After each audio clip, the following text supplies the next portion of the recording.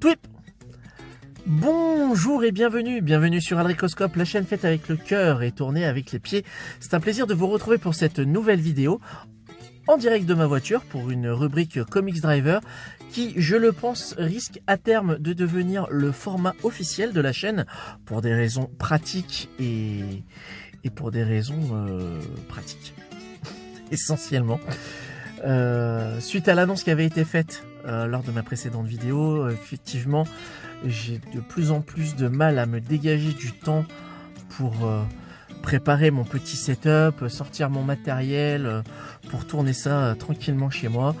Donc là, au détour d'un déplacement avec la voiture, j'en profite pour rattraper quelques bouquins que j'ai pu lire sur le peu de temps qui m'est accordé, dégainer le téléphone et vous balancer ça en one shot.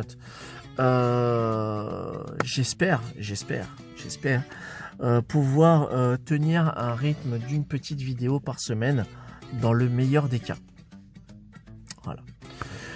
Je remercie celles et ceux qui ont participé à la chaîne, que ce soit par le biais des commentaires, de partager sur leurs réseaux sociaux, ça fait très plaisir.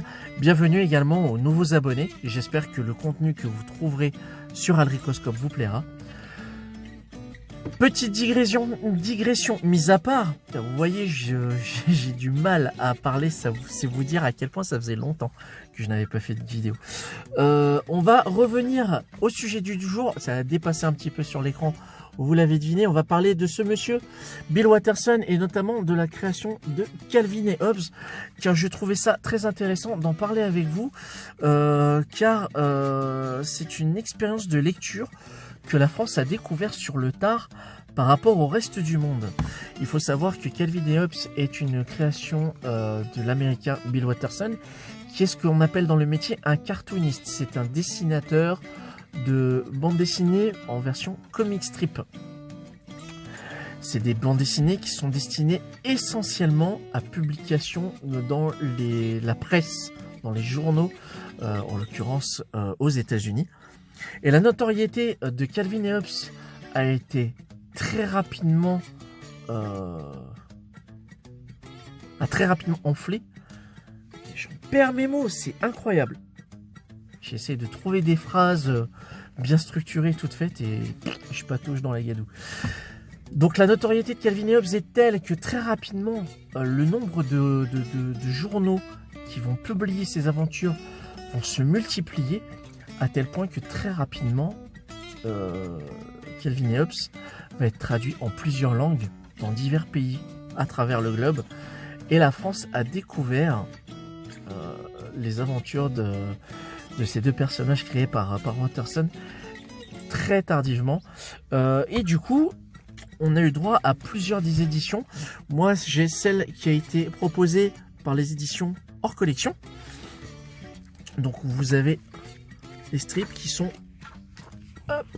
comme ceci.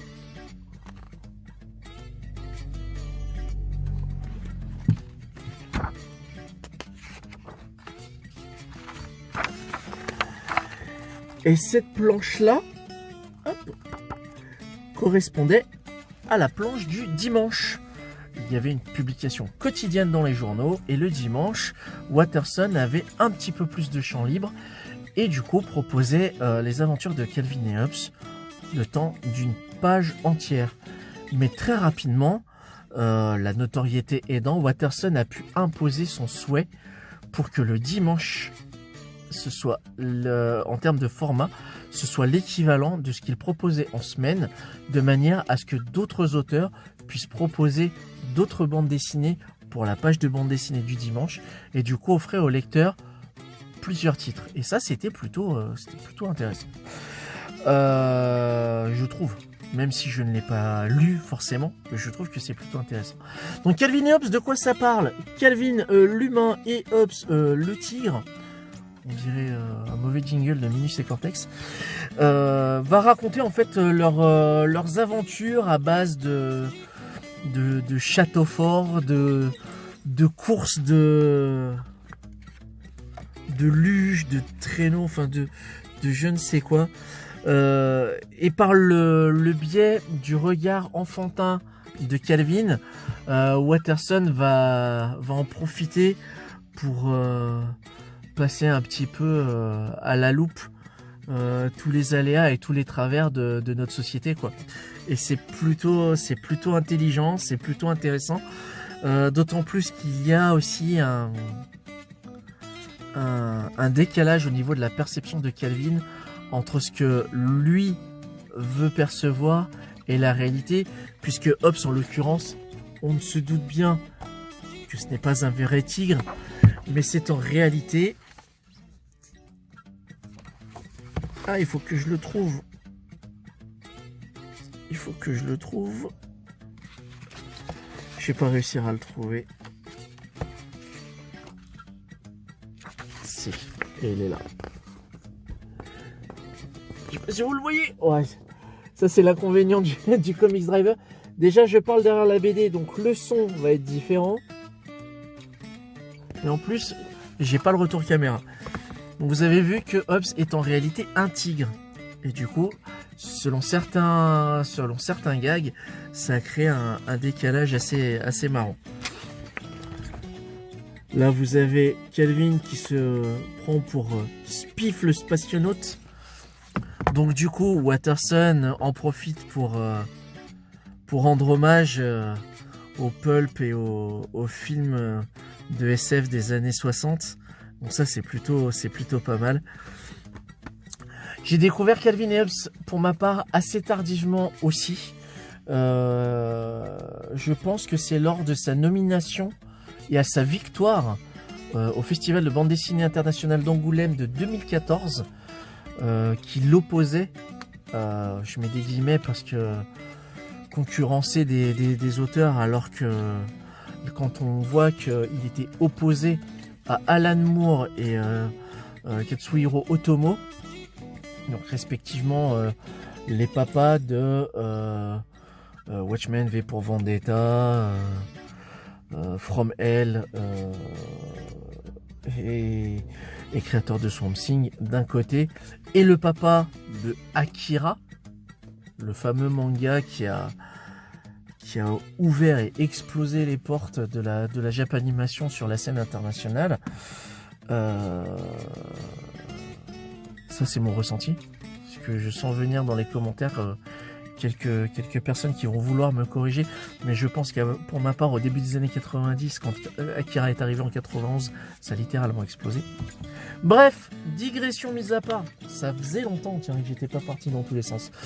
J'ai découvert donc Bill Watterson et Calvin et Hobbes à la nomination de l'auteur à Angoulême, et quand j'ai découvert que le mec faisait des comic strips, moi ça m'a beaucoup plu d'entrée de jeu, parce que j'adore le format, j'adore le noir et blanc, et en plus de ça, je pense qu'à cette période là j'avais déjà 2014, oui, si j'avais déjà découvert le travail de Frank Cho sur Liberty Meadows, plus connu chez nous sous le titre Psychopark. Le lien sera dans la description, puisque j'avais traité ça dans une de mes premières vidéos d'Adricoscope. Et du coup, je trouvais ça pas mal de discuter de ça avec vous aujourd'hui. Bill Watterson, donc Calvin et Hobbes. Petite série très intéressante qui, sous ses apparences de BD enfantine et humoristique, se cache en fait un deuxième sous-texte qui est beaucoup plus riche qu'il n'y paraît, et franchement très agréable. Voilà, c'est tout pour mon expérience de lecture du moment. Je vous remercie d'avoir regardé cette vidéo jusqu'au bout. Si elle vous a plu, n'hésitez pas à lâcher le petit pouce bleu, à vous abonner à la chaîne, pourquoi pas, pour ne pas louper les futures rares vidéos que vous y trouverez éventuellement. Et puis voilà, je vous dis à très bientôt. Et prenez soin de vous, plus une funkitude. À très bientôt. Ciao. Postscriptum, si vous connaissiez le titre, faites-moi part dans les commentaires. Dites-moi quel est votre tome préféré ou votre gag préféré. Ça peut être intéressant. Ciao. Elle était longue cette vidéo finalement.